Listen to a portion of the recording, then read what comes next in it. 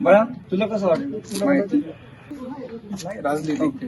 नमस्कार, मी चैतन्य पुरुषोत्तम कायंदे. मी लोणार लेक चैतन्य कायंदे या माझी युट्यूब चॅनलमध्ये सगळ्यांना स्वागत करतो.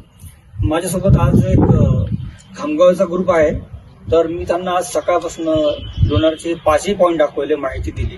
तर मला सरांना फक्त अनुभव विचारायचा होता की तुम्ही इथे आल्यानंतर तुम्हाला काय काय वेगळं वाटलं, माहिती काय नवीन वाटली, तुम्हाला दिल्लीमध्ये आवडली का, आणि इथे गाईड आल्यानंतर केलं पाहिजे का? तर हे सरांचं मत मला खूप आवश्यक आहे. तर बोलावं. नमस्कार, मी आशिष कुलकर्णी खामगावचा.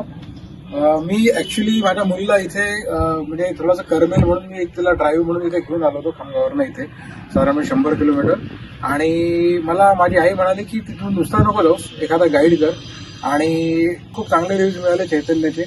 तर मी त्याला गाईड म्हणून त्याला काल रात्री फोन केला. तो अवेलेबल होता. मग आम्ही इथे आलो. आणि खरं सांगू का, म्हणजे मला हा जो एक्सपिरियन्स आहे हा अप्रतिम आहे. म्हणजे मला मी एक्सपेक्ट नव्हतं केलं की एवढी छान माहिती मला मिळेल. इत्यंभूत माहिती त्याच्याकडे आहे. आणि जे मला अपेक्षित सुद्धा नव्हतं ते सुद्धा मला बघायला मिळालं.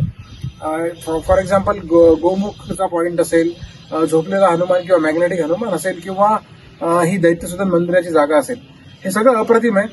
आणि मला असं वाटतं की इथे येऊन नुसते फोटो काढण्यापेक्षा आपण इथे येऊन गाईड करावा, जेणेकरून त्या वास्तूची तुम्हाला जे हिस्ट्री आहे ते कळेल आणि त्याच्याबद्दलची माहिती तुम्हाला कळेल. आणि मी हायली रेकमेंड करतो चैतन्यला, कारण त्याला इथली प्रॉपर माहिती आहे आणि तो कुठेही रश करत नाही. He is not at all professional आणि कमर्शियल पण तो नाही आहे. आणि तो व्यवस्थित सगळं हे काम तुम्हाला करून देईल. तेच मी तुम्हाला सांगू इच्छितो की तुम्ही हायली रेकमेंड करेल की चैतन्यला तुम्ही गाईड म्हणून करावं. थँक्यू. Thank you so much.